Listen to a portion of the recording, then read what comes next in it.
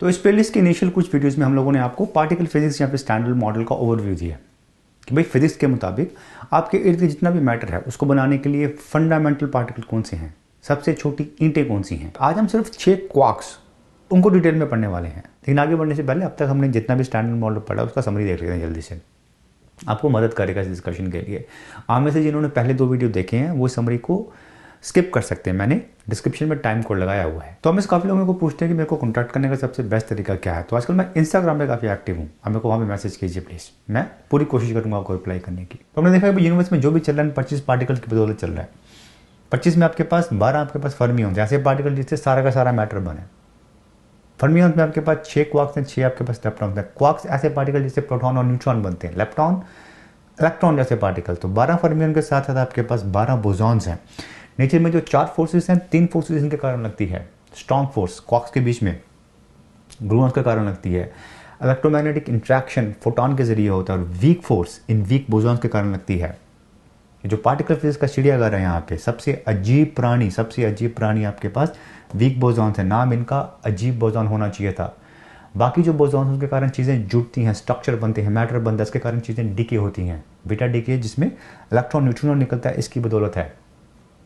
इसकी बदौलत पार्टिकल्स अपना फ्लेवर चेंज करते हैं। इस रो वाले पार्टिकल इसमें कन्वर्ट होते हैं, इस रो वाले पार्टिकल इसमें कन्वर्ट होते हैं। वही नहीं, वीक फोर्स ही ऐसी फोर्स है जो सारे के सारे पार्टिकल एक्सपीरियंस करते हैं, वो भी इसकी देन है। और फाइनली मास इनका इतना ज़्यादा है कि भाई कुंभकर्ण शर्मा जाए। हैं तो सब एटॉमिक पार्टिकल, लेकिन मास प्रोटॉन से 80 गुना ज़्यादा टाइप रहता है। इतना मास है कि एक्सप्लेन करने के लिए एक नया पार्टिकल वो निकालना पड़ा, हिग्स बोसॉन। हिग्स बोसॉन ऐसा पार्टिकल है जिसको मानते हैं कि भाई कोई भी पार्टिकल जिसका मास है उसका मास इस पार्टिकल के कारण है। तो ये थे हमारे 25 पार्टिकल स्टैंडर्ड मॉडल के हिसाब से। तो ये सब हमने देखा हुआ है। आज हम सिर्फ 6 क्वार्क्स उनको डिटेल में पढ़ने वाले हैं। तो आज हम इन 6 क्वार्क्स को देखने वाले हैं। Up quark, down quark, charm quark, strange quark, top और बॉटम क्वार्क, इनको डिटेल में देखेंगे आज हम। तो जैसे आप आइसक्रीम मिल जाते हो तो आपके पास अलग अलग फ्लेवर होते हैं, chocolate flavour, vanilla flavour, strawberry flavour. ऐसे हमारे पास 6 क्वार्क्स के फ्लेवर हैं। Up quark, down quark, charm, strange, top और बॉटम। अप क्वार्क को ट्रूथ क्वार्क का नाम देने के लोग सोच रहे थे। बॉटम क्वार्क को ब्यूटी क्वार्क का नाम भी सोच रहे थे। तो वो ऐसे बच्चों का नाम नहीं रखवाना चाहिए। पहले ये क्वार्क्स मिले, इसको फर्स्ट जनरेशन बोलते हैं क्वार्क्स, इनको सेकंड जनरेशन क्वार्क्स बोलते हैं, इनको थर्ड जनरेशन क्वार्क बोलते हैं। तो आपके पास 3 जनरेशन क्वार्क्स के हैं। इंपॉर्टेंट बात नोट करने वाली है कि भाई इर्द गिर्द जो मैटर है उसको एक्सप्लेन करने के लिए खाली आपको 2 क्वार्क चाहिए, क्योंकि प्रोटॉन और न्यूट्रॉन अप और डाउन क्वार्क से बने हैं। वही नहीं, ये सारे के सारे जो आपके पास क्वार्क्स हैं ये आपको नेचर में अकेले नहीं मिलेंगे। अप और डाउन क्वार्क आपको न्यूक्लियस के अंदर प्रोटॉन और न्यूट्रॉन में मिलेंगे। और ये वाले क्वार्क जो हैं सारे के सारे लेबॉर्ट्री में, पार्टिकल एक्सेलरेटर में, पार्टिकल कोलाइडर में, वहां पे मिलेंगे आपको, नेचर में नहीं मिलेंगे आपको। वही नहीं, ये जो आपके क्वार्क्स हैं ये सारे के सारे अनस्टेबल क्वार्क्स हैं और ये आपके अप और डाउन क्वार्क में डिके हो जाते हैं। तो अब इंटरेस्टिंग बात इन क्वार्क्स की है कि भाई इनके डिस्कवर होने से पहले इनके होने की भविष्यवाणी की गई थी, इनको प्रेडिक्ट किया गया था। तो जल्दी से देखते हैं कि भाई वो कैसे हुआ। तो अब अगर आप देखो 1960s में पार्टिकल फिजिक्स की हालत बहुत ख़राब थी, बहुत ज़्यादा कन्फ्यूजन चल रहा था, क्योंकि बहुत ज़्यादा पार्टिकल्स आप डिस्कवर कर चुके थे और हर दिन कोई नया पार्टिकल आपको मिल रहा था। आपके जो पार्टिकल कोलाइडर होते हैं, पार्टिकल एक्सेलरेटर जो आपने इलेक्ट्रोमैग्नेटिज्म में पढ़ा था, तो क्या करते हो आप, पार्टिकल्स लेते हो, उनको चार्ज पार्टिकल लेते हो, उनको बहुत ज़्यादा एक्सेलरेशन देते हो और फिर दूसरे पार्टिकल्स पे स्ट्राइक करते हो। फॉर एग्जाम्पल एटम पे स्ट्राइक करते हो, देखते हो कि भाई क्या निकल रहा है। नहीं, ट्राई क्या कर रहे हो, एटम को ट्राई करने तोड़ने की कोशिश कर रहे हो, देखो कि भाई कुछ और पार्टिकल्स निकल रहे हैं। तो इन स्ट्राइक्स में, इन कोलाइडर्स में आपको दुनिया भर के पार्टिकल देखने को मिलते थे, हर दिन कोई नया पार्टिकल देखने को मिलता था। और आप देखो पहले 1940s में, 50s टाइप्स में अगर कोई नया पार्टिकल डिस्कवर होता था तो उसको नोबेल प्राइज़ मिलता था। लेकिन अब ऐसा एक जोक चल रहा था कि भाई अगर किसी ने नया पार्टिकल डिस्कवर किया उसको 10,000 का फाइन होना चाहिए। तो हालत बहुत टाइट थी, बहुत ज़्यादा कन्फ्यूजन था कि भाई क्या जंगल है ये। लेकिन खुशकिस्मती से 1960s में कुछ साइंटिस्ट लोगों की बदौलत, अमेरिकन फिजिसिस्ट मरे गेलमन, इजरायली आर्मी के एक बंदे थे, ऑफिसर थे, युवाल नेमन, जिनको इंटरेस्ट पार्टिकल फिजिक्स में, तो आर्मी छोड़ के ये पार्टिकल फिजिक्स में आए। रिचर्ड फेनमैन के एक चेले थे, Josh swag, Russian American physicist थे। तो इन लोगों के काम के कारण कुछ ऑर्डर आया इस कन्फ्यूजन में। तो इन लोगों ने जो सारे पार्टिकल जो डिस्कवर हुए थे या फिर जो डिस्कवर हो रहे थे उनको बोला कि भाई ये फंडामेंटल पार्टिकल नहीं है या फिर ये नए नहीं है, ये सब के सब इससे भी छोटे पार्टिकल्स से बने हुए हैं और वहाँ से क्वार्क्स मॉडल आया।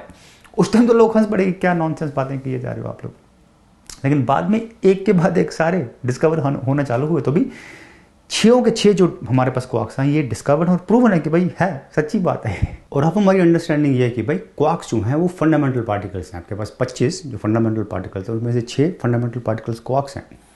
प्रोटॉन और न्यूट्रॉन्स इन क्वार्क से बनते हैं।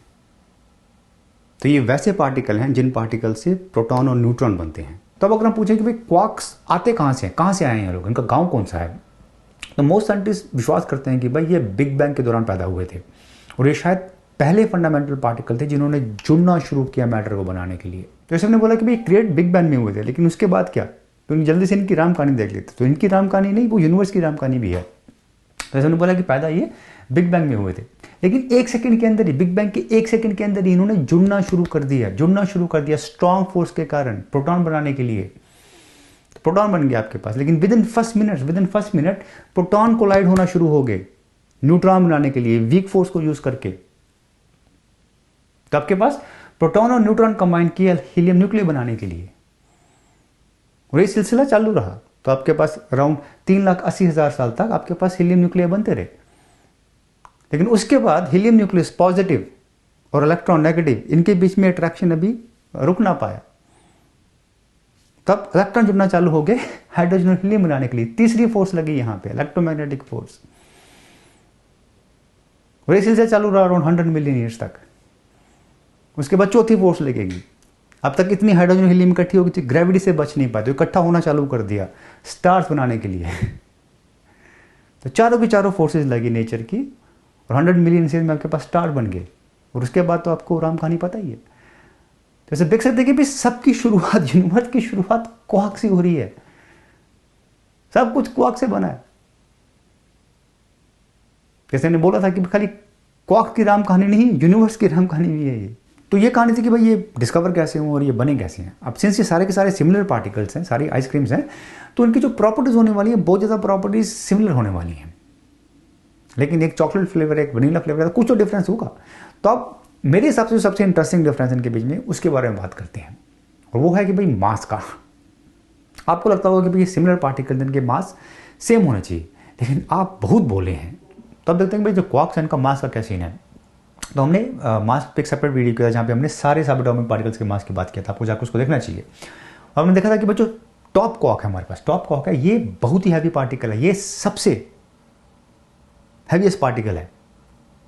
क्वार्क्स ग्रुप को छोड़ो, पूरे के पूरे जितने भी हमारे सबएटॉमिक पार्टिकल्स हैं, सब पार्टिकल्स में से सबसे हैवी है और ये बहुत हैवी है।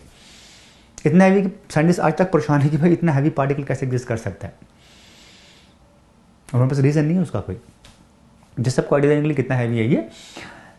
प्रोटॉन 2 अप क्वार्क और एक डाउन क्वार्क से बनता है। प्रोटॉन से ये 180 गुना ज़्यादा हैवी है, इलेक्ट्रॉन से ये 3 लाख गुना ज़्यादा हैवी है। जो सबसे लाइट पार्टिकल्स हमारे न्यूट्रिनोस, उनसे ये 10,000 करोड़ गुना हैवी है। जैसे देख सकते हैं कि बहुत हैवी पार्टिकल है, लेकिन ये अनस्टेबल होता है, डिके कर जाता है बड़ी जल्दी अप और डाउन क्वार्क में। जो हमारे सबसे लाइट क्वार्क है, सबसे लाइटेस्ट क्वार्क मास के हिसाब से अप क्वार्क है, उसके बाद डाउन क्वार्क है, फिर उसके बाद हमारे पास स्ट्रेंज क्वार्क आता है, चार्म, और उसके बाद बॉटम क्वार्क। तो अब चाहे इनके मासेस का एंगल बहुत बिगड़ा हुआ है, जो रेंज है मासेस की बहुत ज़्यादा है, लेकिन बहुत ज़्यादा और प्रॉपर्टीज़ हैं जो सिमिलर हैं। कुछ उन प्रॉपर्टीज़ की बात करेंगे और शुरुआत करते हैं फोर्सेस से कि भाई ये जो क्वार्क्स हैं इन पे कौन कौन सी फोर्स लगती है। अब एक बड़ी ही इंपॉर्टेंट बात जो क्वार्क्स को अलग करती है बाकी फंडामेंटल पार्टिकल से, वो ये कि भाई खाली यही वो फंडामेंटल पार्टिकल्स हैं जिन पे नेचर की चारों फोर्सेस लगती हैं। ग्रेविटेशन, इलेक्ट्रोमैग्नेटिज्म, स्ट्रॉन्ग फोर्स और वीक फोर्स, चारों के चारों एक्सपीरियंस करते हैं क्वार्क्स। और कोई ऐसा फंडामेंटल पार्टिकल नहीं जिसमें चारों के चारों लगती है। फॉर एग्जाम्पल लेप्टॉन है एक, उस पर स्ट्रॉन्ग फोर्स नहीं लगती। इलेक्ट्रॉन, न्यूट्रिनो एक और लेप्टॉन है, उस पर स्ट्रॉन्ग फोर्स भी नहीं लगती, इलेक्ट्रोमैग्नेटिज्म फोर्स भी नहीं लगती। तो खाली क्वार्क्स ऐसे पार्टिकल हैं जिसपे नेचर की चारों फोर्सेस लगती हैं। और एक काफ़ी सरप्राइजिंग बात है।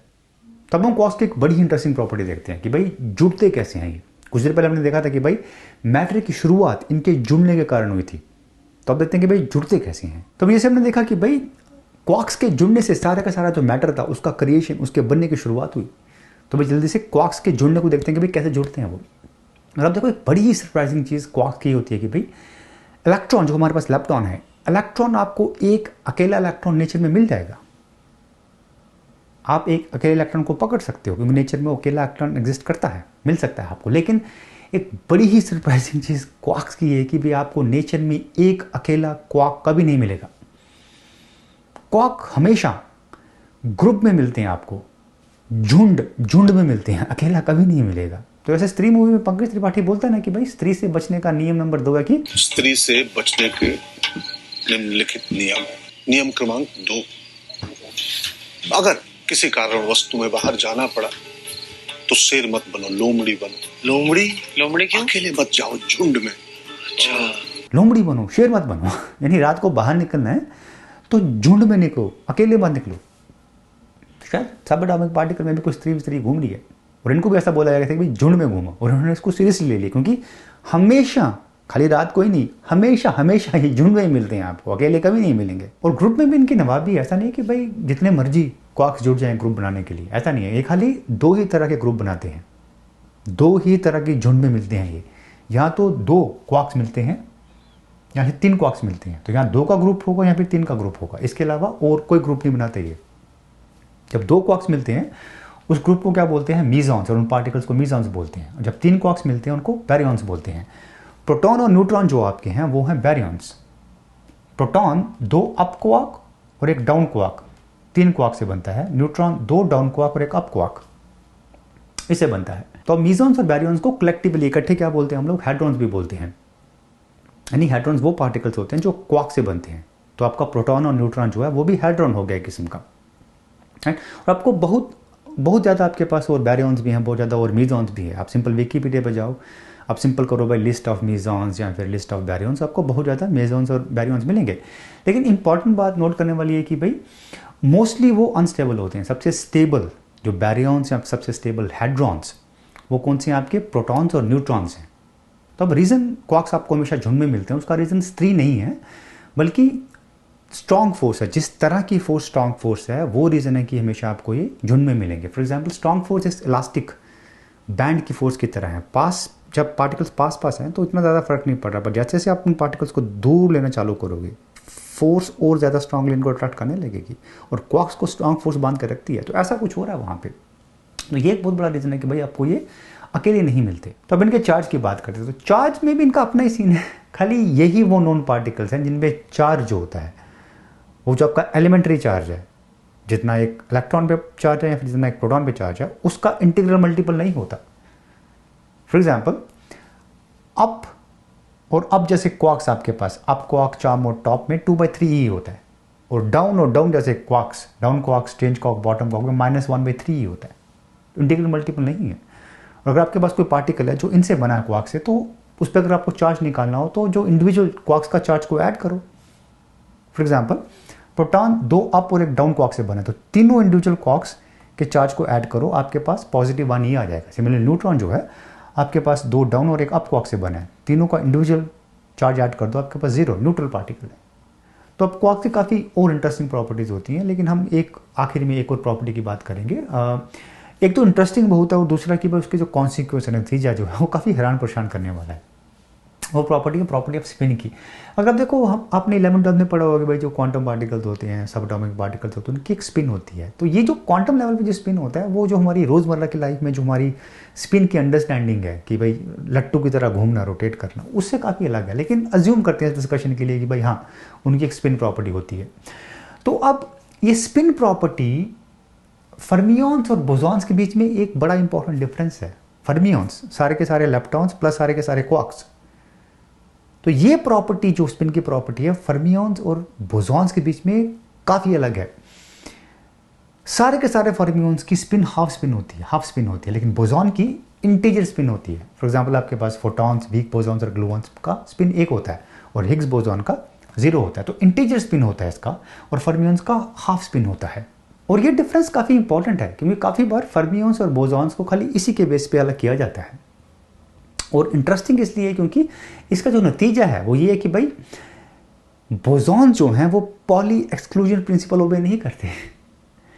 आपने अब तक सुना होगा कि भाई हर कोई सब एटॉमिक पार्टिकल जो है वो पॉली एक्सक्लूजन प्रिंसिपल ओबे करता है। लेकिन जो भी सब एटॉमिक पार्टिकल जिनका इंटीजर स्पिन होता है यानी बोसॉन्स, वो पॉली एक्सक्लूजन प्रिंसिपल ओबे नहीं करते, जो काफ़ी हैरान करने वाली बात है। तब एक और नज़रिए से काफ़ी इंपॉर्टेंट है, एटलीस्ट मेरे को पर्सनली बड़ी मदद करता है। वो ये कि अगर आप देखो हमने अब तक कितनी बार बोला कि फर्मियंस, आपके लेप्टॉन्स और क्वार्क्स, ये बिल्डिंग ब्लॉक्स हैं मैटर के, ये वो ईंटें हैं जिससे सारा का सारा मैटर बना हुआ है। अब जब घर बना रहे फॉर एग्जाम्पल आप, तो जब एक दीवार में एक ईंट लगाते हो आप, तो उस जगह पे दूसरी ईंट नहीं आ सकती।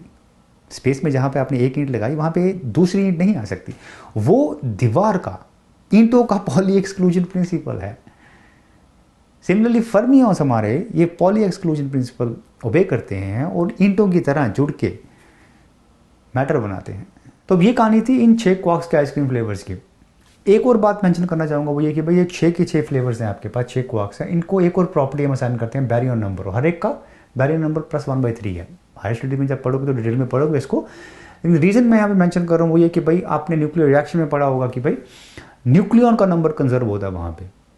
तो रीज़न न्यूक्लियन का नंबर कंजर्व होता है क्योंकि न्यूक्लियर रिएक्शन में बैरियन का नंबर कंजर्व होता है। और किसी भी हाइड्रॉन का अगर आपको बैरियन नंबर निकालने का, जितने भी क्वार्क्स बन रहा है उनका बैरियन नंबर को ऐड कर दो। फॉर एग्जाम्पल प्रोटॉन, न्यूट्रॉन, उनका बैरियन नंबर कितना होगा? 3 क्वार्क्स से बनते हैं, 1 होगा उनका। तो ये कहानी थी क्वार्क्स की। नेक्स्ट वीडियो में हम लोग लेप्टॉन्स को थोड़ा डिटेल में देखेंगे। लेकिन जैसे मैं हमेशा बोलता हूँ कि पार्टिकल फिजिक्स को अच्छी तरह समझने के लिए इस प्लेलिस्ट में सारे के सारे वीडियोज़ को आप सीक्वेंस में देखिए, ठीक है। तो आज के लिए बस इतने, आपसे फिर मुलाकात होगी। थैंक यू सो मच, शुक्रिया।